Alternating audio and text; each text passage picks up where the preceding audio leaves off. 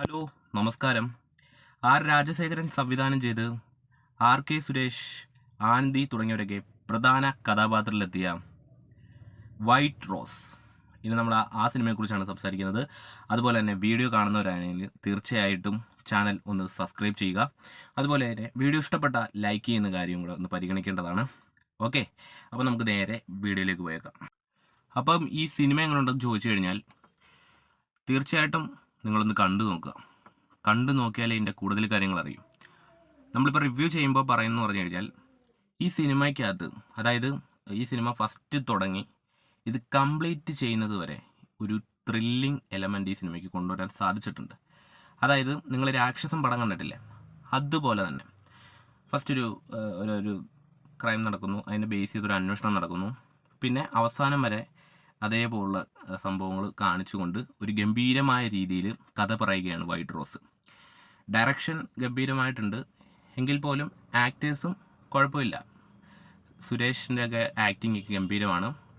പിന്നെ മേക്കിങ്ങിനെ കുറിച്ച് മൊത്തത്തിലുള്ള മേക്കിങ്ങിനെ കുറിച്ച് പറയുകയാണെങ്കിൽ കൃത്യമായ രീതിയിൽ നമ്മളിത് പ്രേക്ഷകനെ കാണുമ്പോൾ ഇതൊരു ത്രില്ലിങ് മൂമെൻറ്റുകൾ ചിലയിടത്ത് കൊണ്ടുവരുന്ന സമയത്ത് ചില സംഭവങ്ങളൊന്നും നമ്മളിത് പിടിച്ചിരുത്താൻ സാധിക്കാറില്ല.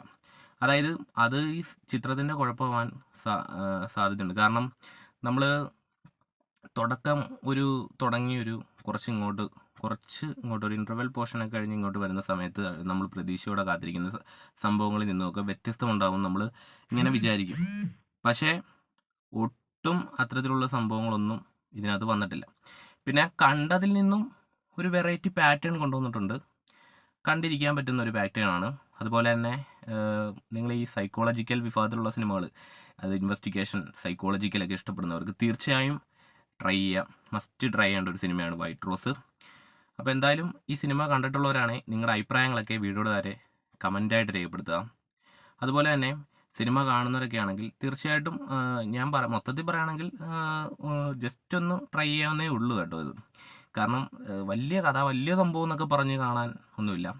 വെറുതെ സമയം ഉണ്ടെങ്കിലൊന്ന് കണ്ടു നോക്കാൻ പറ്റിയ അതായത് ഒരു ത്രില്ലർ ഇൻവെസ്റ്റിഗേഷൻ എന്ന് പറയാം.